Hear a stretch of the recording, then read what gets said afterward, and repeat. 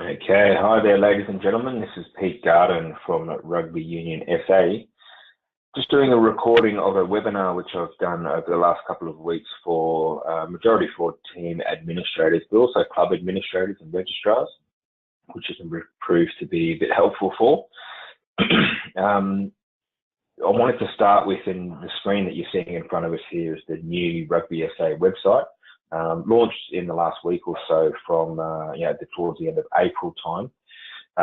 Ros Jackson has done a lot of work on this from Rugby SA with some support from Rugby Australia in getting this up to date. It's the same look and feel that you'll find that the Rugby Australia website has, and all of our state unions are moving towards nationwide.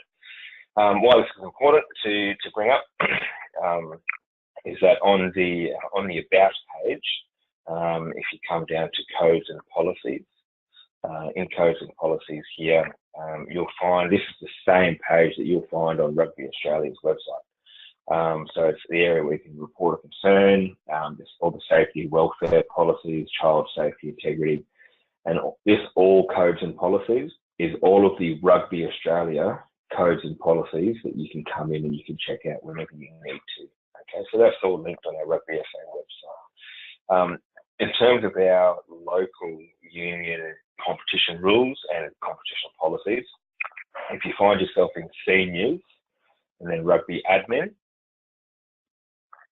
and you'll find yourself here with all of our, that's the 3-page laws summary for our under 6-7s right the way through to seniors, our competition rules for 2019, and then all of our policies which apply in conjunction with the competition rules, etc. as well. So you can find them in seniors, rugby admin. Another great one for all of the club and team administrators out there is working through to participate, and then club administration. Now again, this is a page that you can see exactly the same on the Rugby Australia website, but we've got it linked through our Rugby SA website. Particularly if you go to club administration and resources. So you click here to view all the self-help guides, etc. I'm clicking on that one. And here we've got all of our PDF documents, which are work instructions on registrations, on Rugby Match Day app self-help, registration clearances, dispensations, all of these sorts of things are available here with some frequently asked questions. And there's a couple of videos that some other unions have done. So we're adding to that repertoire of Rugby SA to give a bit of an overarching view on everything from registrations right the way through to the Matchday app and a few other things as well. So that's where you can access some content for you to be able to update and be able to check out later on. So if we're launching right into now, I want to talk through first of all the difference between a club admin setup and the team administrator. So for these purposes, I'm using a test environment. So anything that you'll see here tonight is in a test environment that nobody else has access to, that is all made up information and things like that. That's why you can see a nice orange line up here, because that clearly indicates we're in a test environment, not our live system. But for the most part, everything that we'll see here will give you a clear indication. So there's a couple of clubs that we've set up here. For instance, I'm using, for the purposes of this demonstration, Port Adelaide and Woodville, and I'm using an under 10s team as a demonstration environment there for them. So I'm just going to go to Port Adelaide Juniors. Okay, so anybody who is a club administrator in a junior club, this is the sort of screen that you'll be able to see. So there's all of the usual My Club and teams and user roles, etc., etc. So user roles is what we're working on here. As I mentioned, I'm going to use Rory, who's an employee here with Rugby SA as the example here. If we search for Rory, who is a user who has already signed up to Rugby Explorer somewhere in the system, we can find that person as a user, and you can see they're already set up with a club admin and a team admin permission here. So anybody who is a club administrator in a certain club, of which I happen to be in this test environment, then I'm permitted to set up other club administrators, or I can set up team administrators. So I can go into club admin, I can add a role for Port Adelaide, or for the most part, we can do team admin as well and add a role for Port Adelaide, and then for any teams that Port Adelaide has in their junior club. So for these purposes, we've only got an under-10s team for the example, but we can see here that we're already set up with those permissions. So this is an important distinction to make between a club administrator and a team administrator. The club administrator can use this Rugby Explorer administration platform, which gives them access to all of the payment settings. It gives them access to the player and non-player management, all of the reports they can see, and all of the user roles for their particular club. So that's a club administrator. A team administrator can only use the Matchday app. So that's the Rugby Explorer Matchday app, which we're going to go through in a moment. So if a team administrator tries to log into to this platform here, this admin platform, you won't see anything at all. So a team administrator, which for the most part is our team managers, need to be using the Matchday app, which is where they do all of their work in then selecting teams and scoring games, all of those sorts of things. Okay. So we've got these people set up and things like that here. And you can see now the difference between a club admin and a team admin.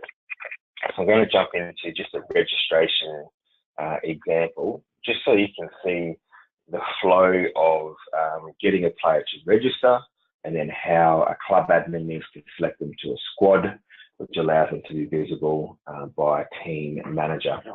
So the registration workflow. So if I jump into our, again, test environment portal, let me get some details in here for us nice and quickly.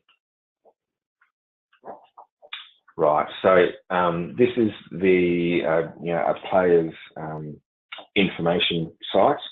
So in the live system, the web address for this is actually myaccount.rugby.com.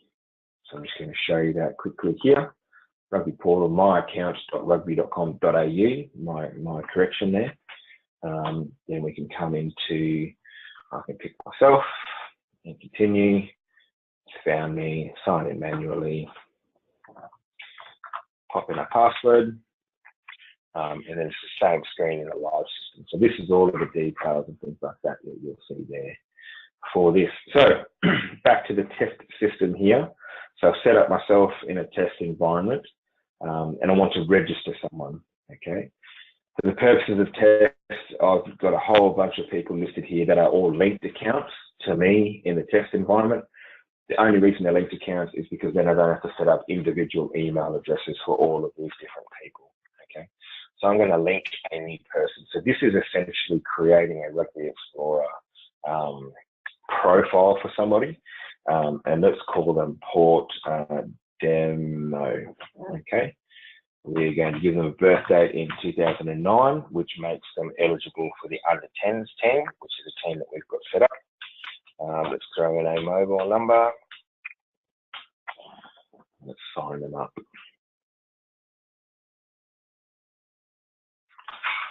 Right, so we've got Port Demo here. So now, because we're in register, we've clicked them. This is the registration process. So this is exactly the same as all of your players have already done, okay, for a lot of you. I just wanted to show you the process for anybody that hasn't seen it firsthand from a player's perspective, okay? So club name, let's look for Port Adelaide. We want the junior club. Let's go next. Our role is going to be as a player for the 15s for the season. Next, great news, Regos are open. That's all of our details there. We'll skip a headshot. Update our address to wherever we want. So let's somewhere in New York at the moment. Mail, let's pick a country. And let's go no here. Next, emergency contact details. As I mentioned, in terms of the test perspective, this is all we need to be able to provide, but obviously you want to be providing accurate details when players are doing the registrations. So we get to this page here where we've got $0 for our registration.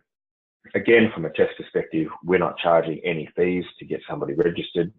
When you get to this page, as usual in a live environment, for the usual register payment, then this is where people would have the option to then start to look at doing a credit card payment for full payment of fees, or they can select zip pay where they can pay their off in installments in part pay. So we always need to click this, I have read and agreed to the national terms and conditions. Now there's a link here that points you to that. For our administrators, I'm just going to show you where that is on this page. So I'm back onto, so I'm on Rugby Australia just now. I'm just going to jump back to the Rugby SA website just to show you first and foremost from here. So if we jump to participate and club administration again, okay, so it's pointing us to Rugby AU on the registration page. Then down here, this important registration documentation, the Rugby Australia registration regulations, the terms and conditions, levies, fee liability. This is what all of the players are ticking off, that they've read and understood and they agreed to these terms and conditions. So if anybody wants to see them, they're readily available by anybody, either through the Rugby SA website or through Rugby Australia. This is where you can go and find them. So step back to here. Yes, I've read and agreed to them. And let's go to register. And that's all finished. I do not want to add somebody else. So I click no. And then in our register here, we've got this person, port demo. Right, so I'm now pointing back to the club administrator. So this isn't a team admin that can do this. So first step is for a player to register to a club, right? The next step is that a club administrator, usually your registrar or a committee member or something of that description, will come into player management, and it will list all of the teams that you have in the club. So we've only got the one team here, so we've got port under 10s, and we can see here there is club members. So this will list all of the members in your club, and you've now got here current squad. So anybody who is listed in current squad is the list of players that a team admin or a team manager will be able to see in the Matchday app. Okay, so at the moment, a team manager could only see all of these players. We want to add this port demo player that we just registered.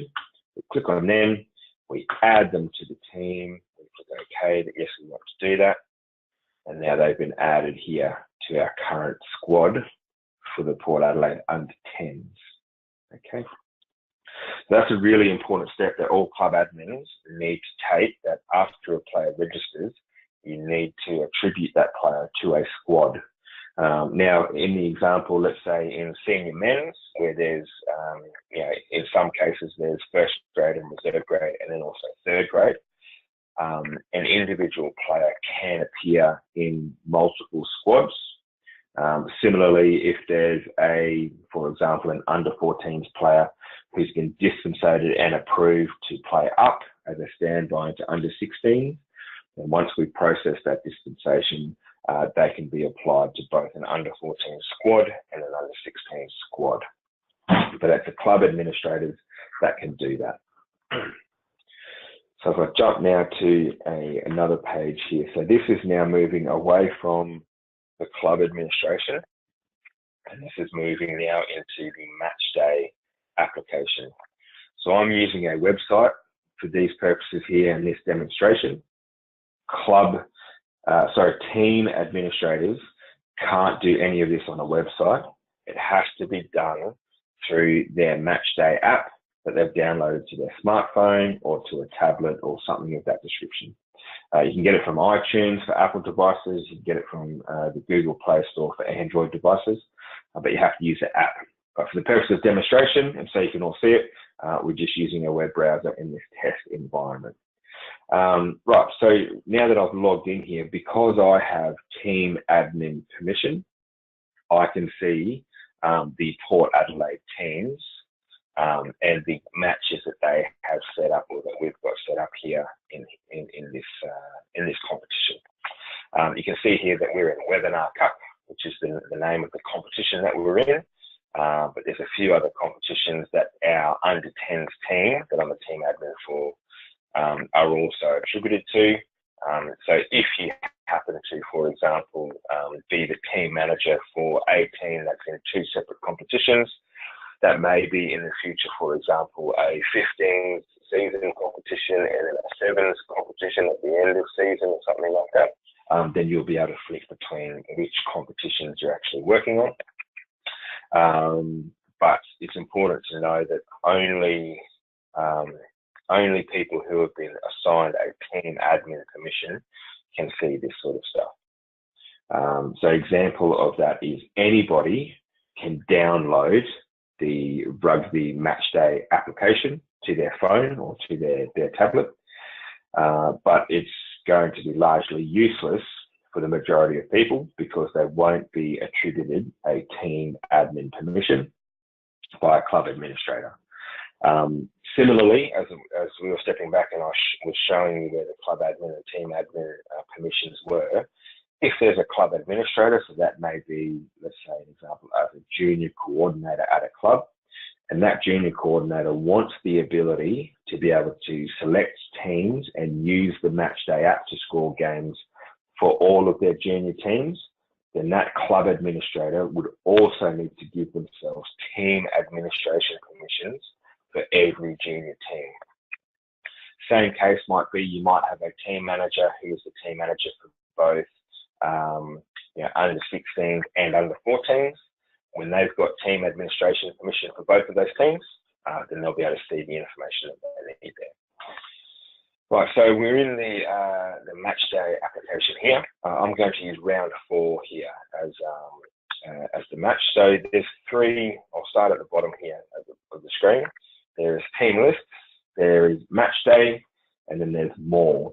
Okay, on more at the moment, there's only a logout function. There'll be other functionality which is coming up in the future that we'll be able to access there. But for the most part, in terms of the base functionality, to get us kicked off in round 1, we've just got logout there. So the next thing that team admins or team managers will want to do is select their team. So you can see we've already used 3 rounds here. Some of these have been for other webinars and some other testing and playing around that we've done. But we're going to use round 4, being played at Ballymore at midday on Thursday, the 25th of April.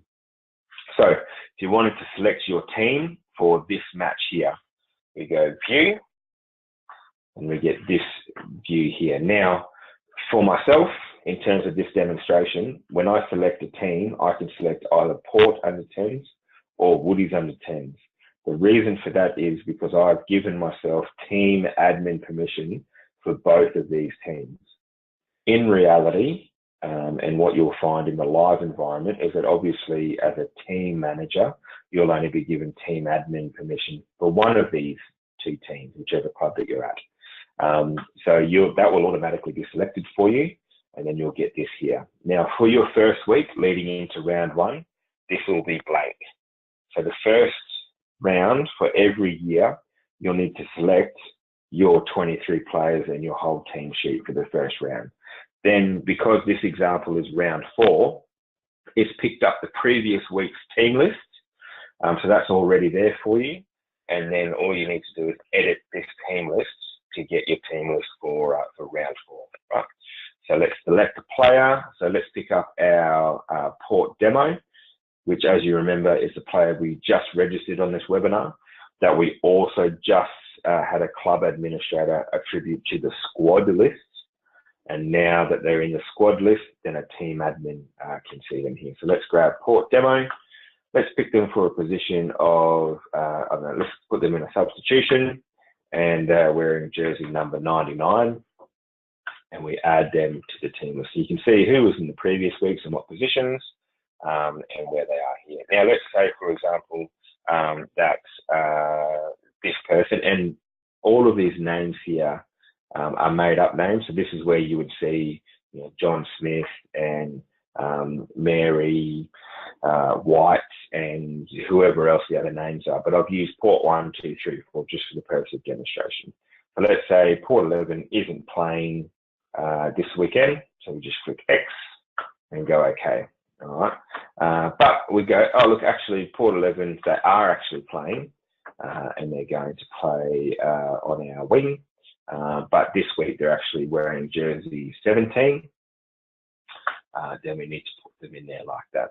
There will be an edit function coming in the future to allow you to edit the jersey number without having to delete the player and then add the player back in, but it's not quite there yet.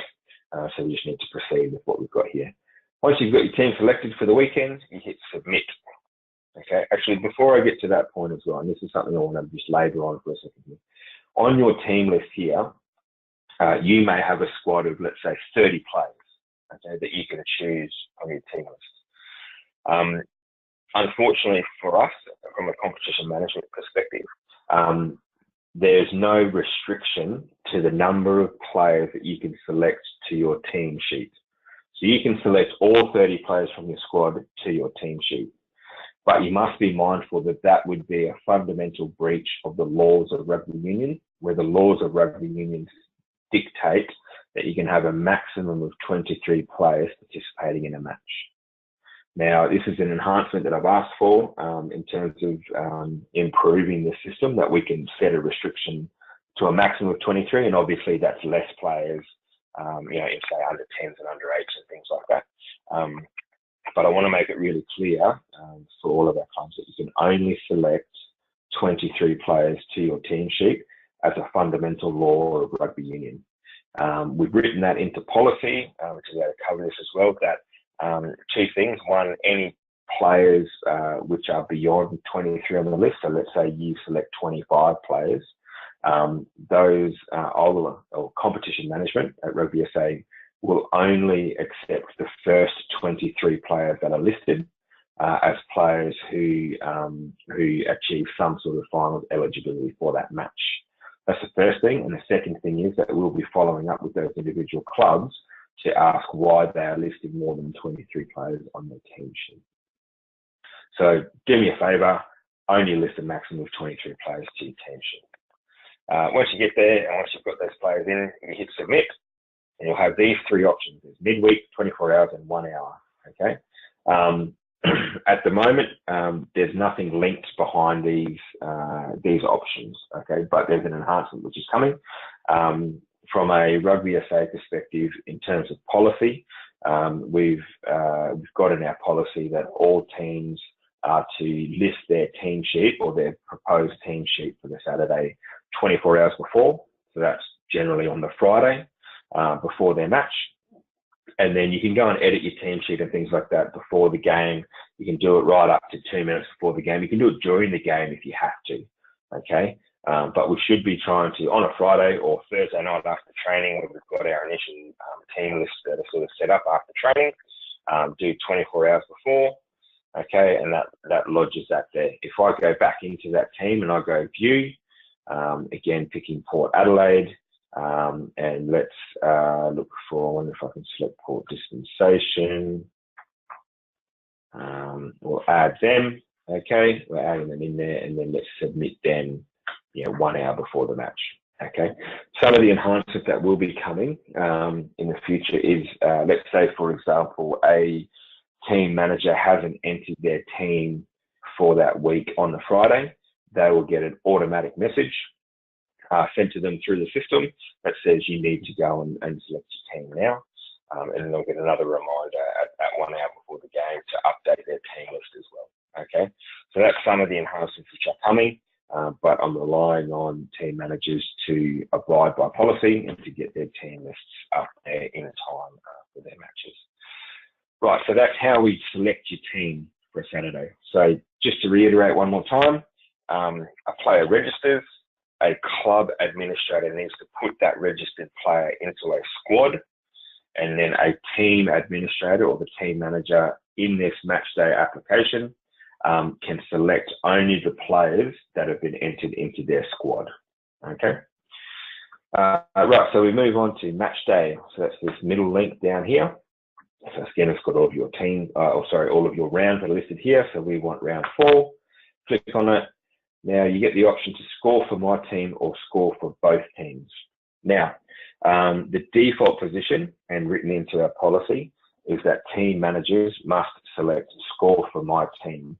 That's the default position in this because each team manager should be scoring for their own team.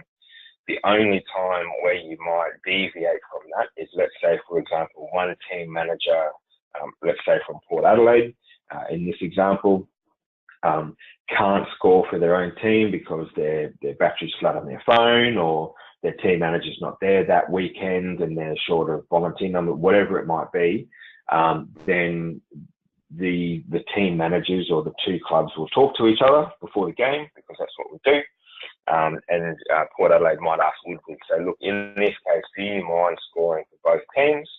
Woodville will say, yep, that's no problems, we don't mind doing that, and they'll score for both teams. Still, at the end of the match, those two team managers or the two representatives will come together with the referee to look through the scores and things, but that's how that will process. If you get somebody who, let's say Port Adelaide are scoring for my team, but then Woodville decide they want to score for both teams, and then they're on the field, Port Adelaide scores a try, so the Port Adelaide manager presses try for their team, and the Woodville manager presses try for the opposition, it will count 2 tries being scored for Port Adelaide and will give Port Adelaide a score of 10, which is obviously not what we want. So if you have one person who does score for my team and one person who scores for both teams, it's going to double up your scoring for that particular team. So you need to score for my team only, okay, and not score for both teams unless it's otherwise agreed. So score for my team. This is what the page looks like for scoring for my team. So you can see they're all grayed out at the moment. Okay, down both sides, you've got the home team, the away team. You've got the time for kickoff and the date. Nothing happening at the moment. Can't click on anything, can't do anything like that. So first step is, when the referee blows their whistle and they kick off to start the game, you hit the green play button. Bang. So you see, as soon as I did that, these went to blue and red instead of grayed out. Okay. The other thing that you'll notice, even though I selected score for my team, you'll remember for this example here, I'm actually the team administrator for both Port Adelaide and for Woodville, which is why I can also edit things from Woodville's side. In your cases, and in reality, when you are only the team manager for one of the two teams, when you are only scoring for your team, then this side will be blue and red, and this side will be grayed out. You won't be able to score anything here. If there's the unique scenario where you happen to be scoring for both teams as agreed before the game, then it will look like this for you, and you'll be able to score for both teams. Okay. Anytime you can hit pause at any time, it just grays them back out. You can't do anything while you hit pause. It stops this clock here. Hit play again, it starts the clock back up. Important thing to note here is that this clock, which is ticking here, is just an indication of time for those people on the sideline. You must remember that the referee is the sole owner of time and facts on the pitch. So let's say it's a reserve grade game. Reserve grade halves are 35 minutes. Your clock's showing 36 minutes and play still continuing on the field. It is not your responsibility to holler at the referee and let them know that there's 36 minutes and they're only meant to be 35-minute halves. The referee is the sole owner of time and fact on the field. Okay, this is just an indication for you. And in fact, while you're in the app, you can actually click on this timer. If we pause it and we click on the timer, we can actually modify it. So if you've accidentally started late or something, you can change that to 5 minutes and 39 seconds and adjust that timer and hit play again, and away you keep going. Okay, it's just an indication of your time. If we say score a try for Port Adelaide, let's say it's sorry, I'll start again. So in scoring, so we've got try listed here. I'm going to click the plus button for a try and which player scored that try. So let's give it to this Port demo player. Go done. And it gives 5 points to Port Adelaide, and that's showing nil for Woodies. Okay. Was there a conversion? So you can click plus for the conversion. It was this person who kicked it. Okay, done. Changed it to 7-0. Let's say there was another try that was scored by this person. Okay, but this time the conversion was unsuccessful. This is purely for the recording mechanism for club administrator. You don't have to record unsuccessful conversions or unsuccessful penalty goals. But sometimes it's kind of handy if you want to be tracking the kicking success rate for your kickers. So you can do conversion unsuccessful, has to go on the number 10 as unsuccessful there. Okay, it doesn't change the score. So we're still at 12-0, which is obviously 2 tries, 1 conversion, and 1 unsuccessful conversion. If we hit, I'm just going to move to Woodville side just for the sake of it. Woodville got a penalty try. We hit penalty try. So you see here there's player selection. There's not currently available. The reason for that is because this team hasn't selected a team yet for this weekend. So let's close it. Let's go into, we can pause this game and go to team lists. Jump into team lists here, just view them. This time I'm going to select Woodville, only because I'm the team administrator for both clubs, remember. And we've got the previous week's team list, but because we haven't hit submit, which submits it for week 4, then it doesn't think there's a team list submitted. So let's hit submit 1 hour before. That's just logged in whatever the last week's team list was. We go back to match day. We open up this game again. We're scoring for my team. Now it has reset the clock, but it hasn't reset the score. Okay, so we can hit play or we can hit pause and we can say, oh, look, it's about 10 minutes now into first half. All right, and then we hit play and we carry on. So now we can do a penalty try for Woodville. Who scored, who was involved in the penalty try. Let's say it's that person, get done, and attribute 7 points. Because as we know, through rugby law, a penalty try is the equivalent of a try and conversion in one. So you don't kick for conversion, it's automatically 7 points. Right, so then you've got penalty goals, which is your place kicks for 3 points. You can record whether there's a penalty goal which is unsuccessful, and then your field goal, which is your drop kicks and open play, also worth 3 points. So that's the scoring. So you can score just for your own team, as we discussed there. So the next tab, you can see there's scoring here. There's movements, speed, and cards. So let's move to the movements tab. So this is where you start recording your yellow, red, blue, serious injuries, and substitutions. Okay. So we can attribute right, so Port Adelaide had a yellow card. It was for dissent. Done. Which player was it? It was this player here. Go done. That's recorded a yellow card for that player. Again, we can do a red card. Red card was for other. Done. And it was to, let's get this Port demo person and go done. So see here, it said this event will open up a case to be reviewed by a competition manager. So either Rory or myself in the comp management team will see that there's been a red card attributed to a player. We'll verify that red card and that the right player has been selected when we see the referee scorecard.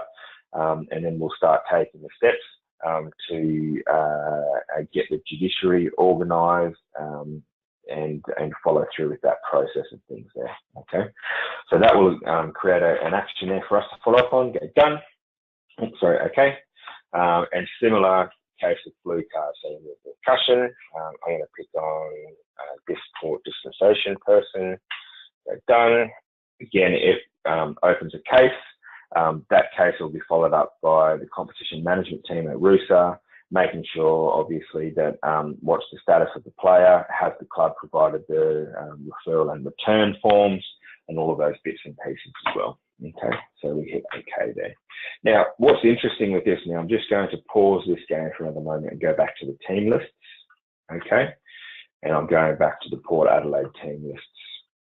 Okay, for this round, which is round 4. Now, you see we've got another couple of players in here that we can select from. Now, in the previous 3 matches, again, just going up to team lists, remember we've had 3 matches already here that we've recorded for the season, so we're doing this round 4. We've got, sorry, Port Adelaide. Right, so we've got some players here. So I want to select Port 12 to a position of left lock, leave them number 4 and hit add. It will not let me add that player because in a previous match, they received a blue card and they've not yet been cleared or released by the competition manager to be able to be selected on a team. Okay, so when a player is red carded or blue carded, it automatically will not let the team manager select that player in a future week until the competition management team at RUSA have released that player. So there's a blue card example. I think 13 here, if we try and add 13, then they had a red card for foul play in a previous week. So again, it's not until comp management released that player that they're permitted to be added to a team sheet again. So all that gets automated in the system, which makes it quite clean and neat for it. Right, so I'm just going to jump back to match day, back into this game here, scoring for my team. Let's hit play, actually pause it for a minute. Let's say we're now at 12 minutes. Now you notice here, that's been the third time that I've jumped back into this. So never watch the score. Let's say somebody's halfway through a match, they've got to go home at half time because there's been some catastrophe. They can pause the match or stop it where it is. If there's another team administrator or somebody has team administration rights to that team in the club, they can log in, they can start it, and they can pick up the score from where it's from, and they can keep going with it. All right. So anybody with team admin rights can pick up the score. If it's being live scored, it doesn't change the score, doesn't reset it. All it resets is the timer, which is going on here. Okay, so we've done scoring, we've done movements, or we've done the red, yellow, blue cards.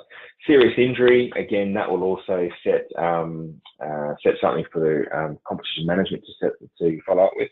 And then you've got substitutions. So you should be recording all of your substitutions that you do.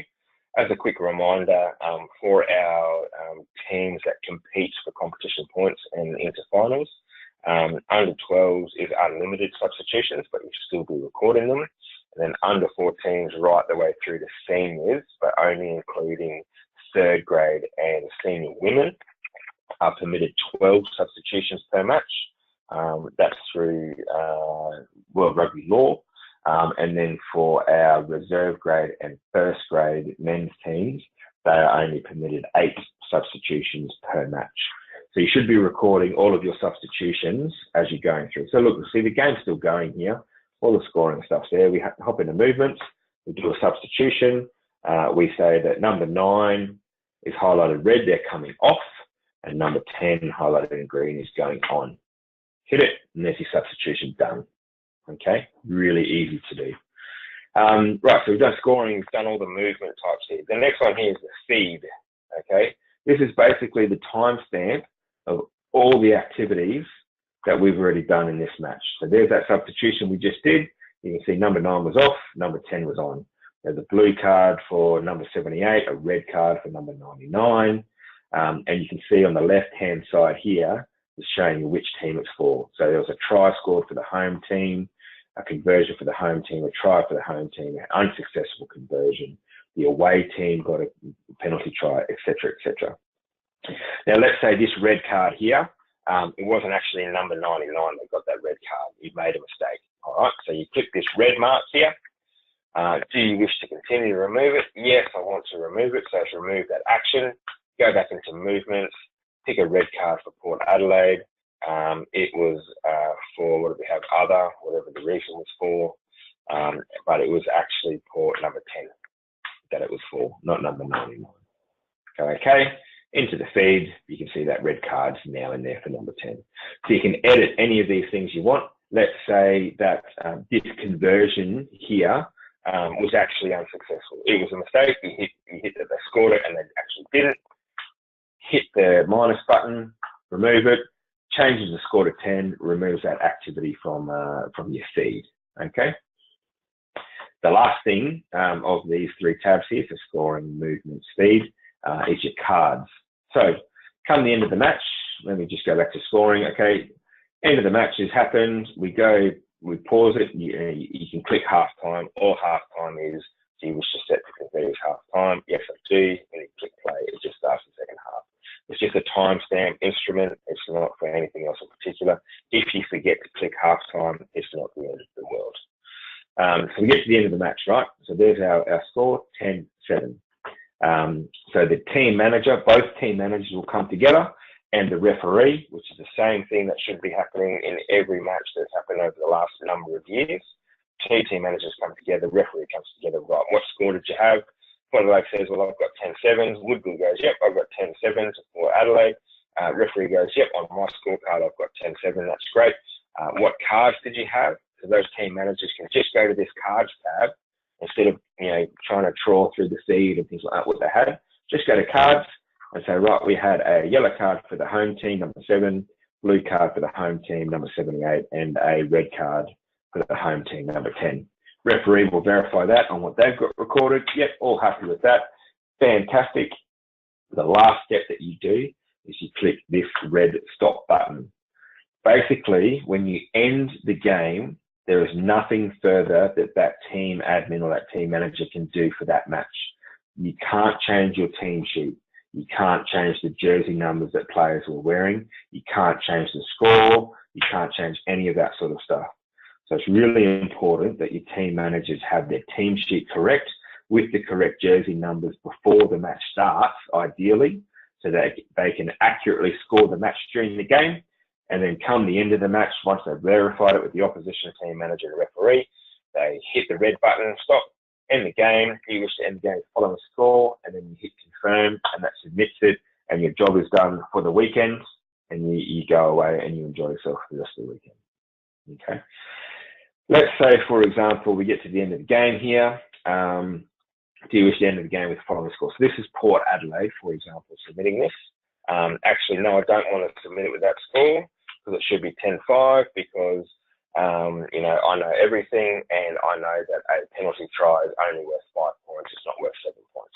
Right, so you can edit that score there and you can hit confirm and submit it as 10-5, okay? Now, that will essentially set up a dispute because Woodville will submit their score and it will say 10-7, and where those two scores don't match, it will set up a dispute for us, okay? The other way that you can set a dispute, so let's say it's gotten to after the match and somebody has raised with you that, I don't know, there's been some sort of code of conduct violation with a player playing who's not registered or whatever it might be.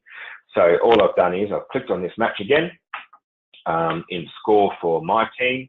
So see, there's nothing, I can't score, there's nothing currently available because that game has already been submitted. These 3 dots up in the right-hand corner, there's 3 things, and this is live when you are scoring the match as well. You can select these 3 dots, okay? There's a menu that comes up there, so you can quickly go to your team list for that match, okay? So if you're in match day, you're in this, you're scoring away, instead of being here and being like, oh, I've got to change someone's jersey number and then going back to team lists and finding which round and that sort of stuff. If you're already in match day in that team, go there, go to your team list. That's your team list for that game. All right. So for Port Adelaide, there's your team list. You can make any edits you want. Hit submit. You've done it an hour before. All right. Then you've got to go back to match day, pick up that match, scoring for my team, and then you can continue on. The next option here is uncontested scrums. If you click uncontested scrums, you can select which team it was, what was the reason they went uncontested, and for how long was it uncontested for.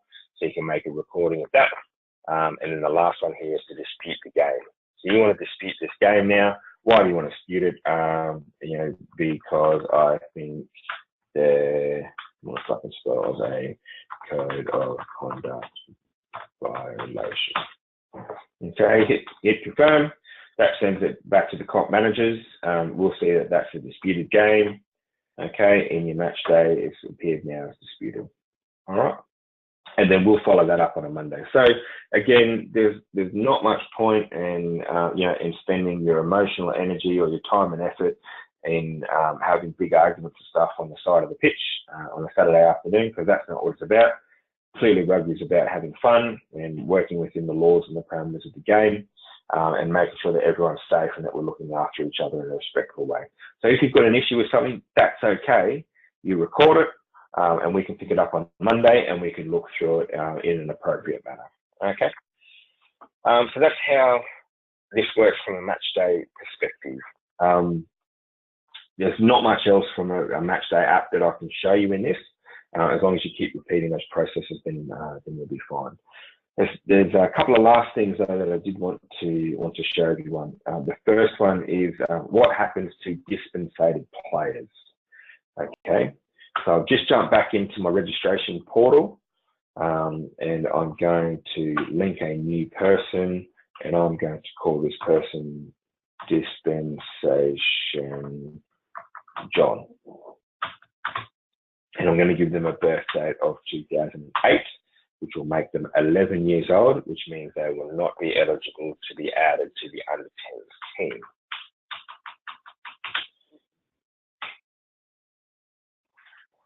So we've got to set them up, obviously, first in the Rugby Explorer profile, and then we want to register, see their age 11. We want to register that person. Let's register them to Port Adelaide, to the junior club, go next. The role is as a player for juniors for the season. Let's click through this as quickly as we can. Let's pick an address for them. Actually, I'm going to pick an Australian address for the sake of it. 100 Main Street. So Atherton is a town where I grew up. Right, gender, let's do a gender. I wanted to pick an Australian location because there's something else that I'll show you at the end as well. Profile, no. Let's put in emergency contacting. School, doesn't matter. And waiting. Right, okay, so I've already agreed, I registered them. Right, so that's a registered player now, okay? No one else wants to register, so that player's got a registered. Fantastic. So now, club administrator hat on, jump into the club administration portal. We can already see here dispensation John. Okay, so again, club administrator would come in to Port Adelaide, select their under-10s team, who all of their club members are. We've got this person here, dispensation John. Cool, I want to add dispensation John to our under-10s team. Add them to the team, add the players, okay, can't do it, okay, because they're not permitted, because of their age, to join an under-10 team. So, in the background, okay, now I'm just going to move this off screen for a moment, because when we do a dispensation assessment at Rugby SA, it is either Rory or myself as competition managers who will provide a code for the dispensation assessment in the system, okay, so which is what I'm just doing just now behind the scenes. So let's find dispensation John. All right, I'm just applying. So now that we have done an assessment for dispensation John and we are approving that assessment, so the first step is that that player has to register before the competition management can apply a dispensation if it's approved to that particular player. If it's approved, we say yes it is. Okay, so now I'm going to jump back into Port Juniors. And we're back on screen here now. Back to player management for our under-10s. We've got dispensation John here. So this is now Rugby SA has approved a dispensation for dispensation John. We can now select that person, we can add them to the team, and it now allows us to add that player to the squad. Remembering that once that player is in the squad, then the team manager or the team administrator can select that player in the match day application. Okay, so that's a dispensation example. The next example that I wanted to show you, right, so the next one that I wanted to show you, if I go back to our registration portal, where did I have it here? Let's go register. Okay, now this is a clearance example. Okay, so when a player is looking to be cleared from one club to be able to play at another club, really importantly that I mention this is that this isn't a transfer process like we would have known it. So when a player applies for clearance, they still are visible and belong to the club that they're leaving, and they are visible and belong to the club that they're going to. Okay, it doesn't pull the player out of their original club and put them into the new club. They're visible by both clubs. So I'm going to use dispensation John as the example. Let's go continue. I want to register them. They want to leave Port Adelaide. I want to go register for Woodville. So let's look into Woodville. They want to be a player there. Season, right, okay, go next. We won't let them register. but it does give them the opportunity to kick off a clearance process. Okay, so their reason, I want to play for Woodville. Okay, request clearance. So when that clearance request gets created, the clearance request gets sent to the club that they're leaving. In this case, Port Adelaide. It gets sent to Rugby SA, to the union, and it gets sent to the club that they're wanting to go to as an FYI. Okay. If we now jump back into the club, this is the club administrator. Okay. They've got in their club admin, this is for Port Adelaide, in registration clearances is a menu option, and they've got, look, dispensation John. Okay, so they've had another one they've approved previously. This one's pending. All right, so we click on him. What's the reason? So the state hasn't yet approved it. The club hasn't yet approved it. So I can only update it for the club because that's the level I'm working at.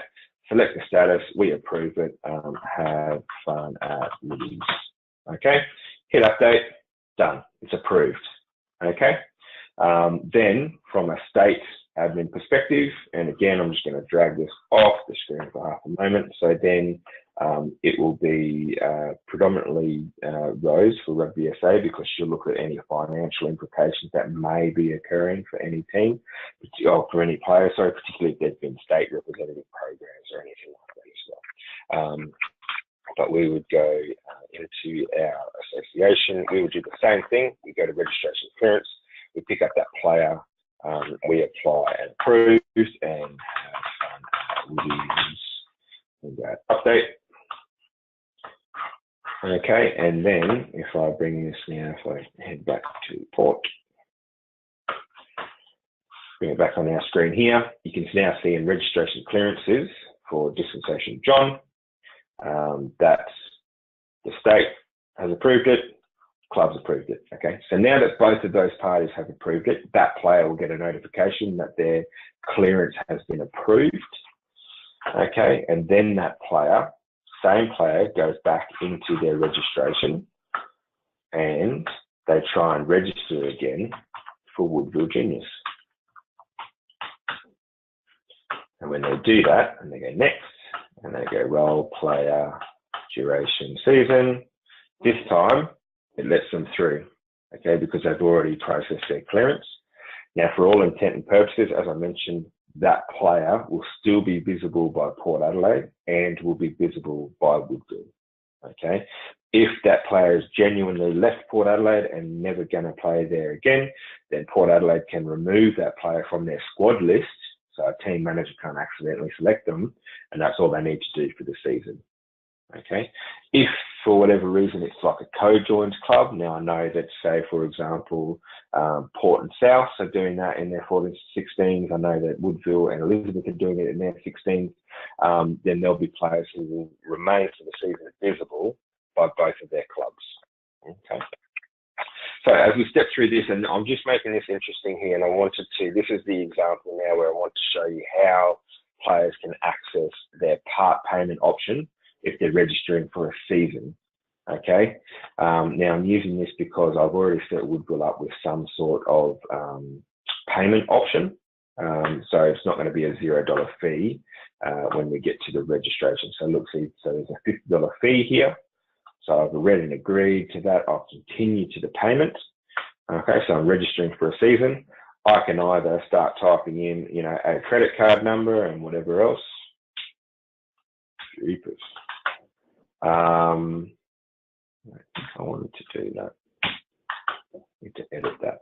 Or then we go to Zip Pay, right? So if it's on Zip Pay here, then you pay with Zip Pay. It will spit you out to an external provider.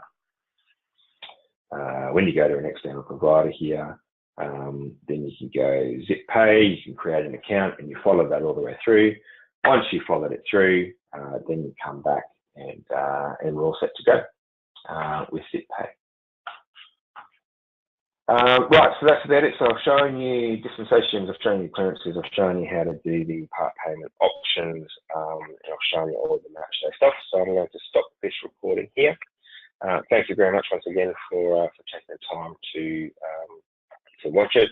If you have any other questions, of course, you can always email either myself, Pete Garden, or Rory from a competition management perspective, as Rosa is also available from a finance perspective as well, or our generic email address for Rugby SA is info@sarugby.com.au. Thanks very much.